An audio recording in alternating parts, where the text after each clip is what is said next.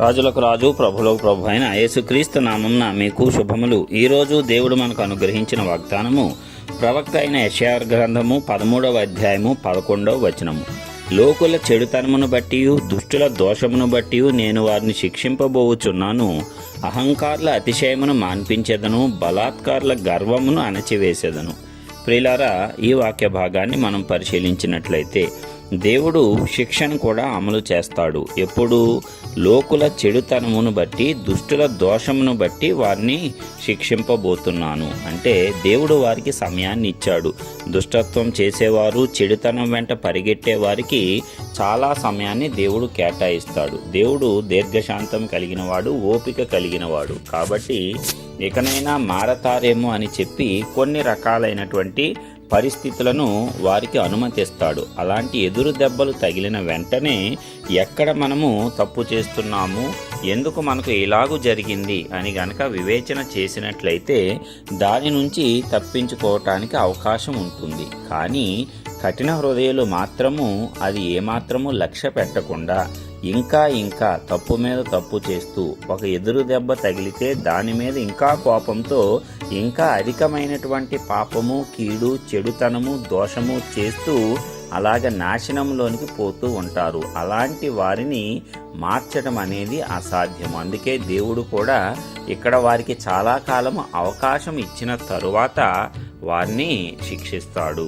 అదే విధముగా అహంకారుల యొక్క అతిశయమును మాన్పిస్తాడంట, బలాత్కారుల యొక్క గర్వమును అణిచివేస్తాడంట. దేవుడు ఏదైనా సరే ఒక ఆధిక్యత ఇచ్చినప్పుడు అది దేవుని వలన మాత్రమే కలిగింది అని సమస్త మహిమ, అతిశయము దేవునికే చెందులాగున మనము ప్రవర్తించాలి. తప్పిస్తే ఇది నా సామర్థ్యం వల్లనే అయింది, నేను కాబట్టి ఇది చేయగలిగాను, ఇంకా ఎవరూ ప్రపంచంలో ఇది చేయలేరు, నాకు మాత్రమే ఇది సాధ్యము అనే రీతిగా మనిషిలో గర్వము ప్రవేశించినట్లయితే ఆ గర్వమే అతన్ని నాశనం చేస్తుంది. అలాంటి అహంకారుల యొక్క అతిశయాలన్నిటినీ కూడా దేవుడు మాన్పిస్తాడంట.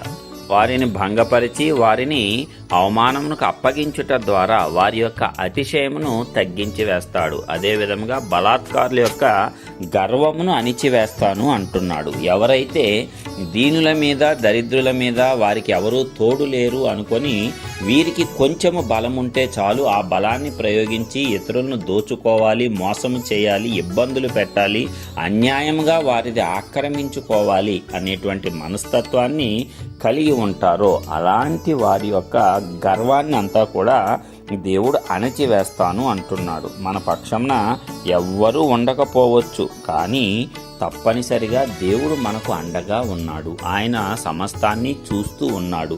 మనకు జరిగేటువంటి అన్యాయము, అక్రమము, అలాగే ఇతరులు మన మీద చూపుతున్నటువంటి అతిశయము, మనల్ని గర్వంతో వారు చూస్తున్న విధానము, వీటన్నిటినీ కూడా దేవుడు పరిశీలిస్తూనే ఉన్నాడు. వారు మనకు అలాగ చేస్తున్నారు కదా అని చెప్పి తిరిగి మనము అలాగున చేయకూడదు.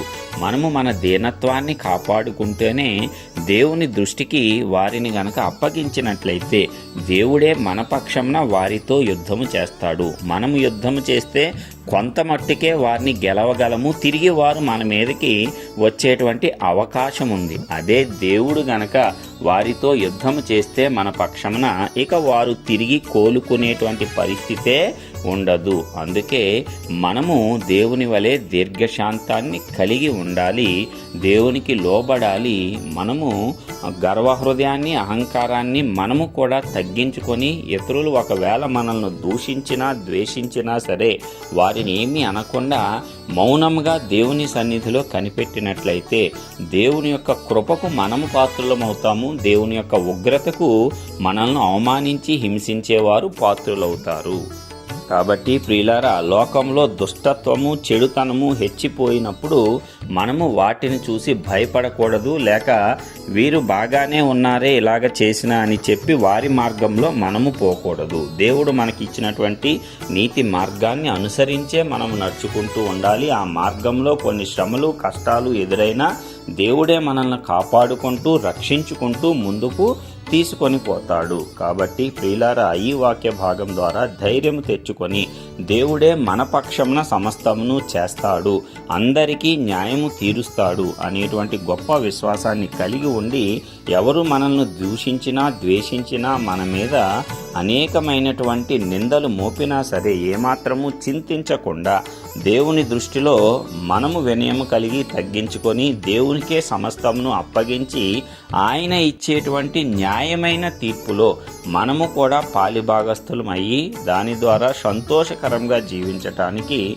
ఆ పరిశుద్ధాత్మ దేవుడు మనకు కృపనివ్వాలని యేసయ్య పరిశుద్ధ నామమున ప్రార్థించుచున్నాను. ఆమేన్.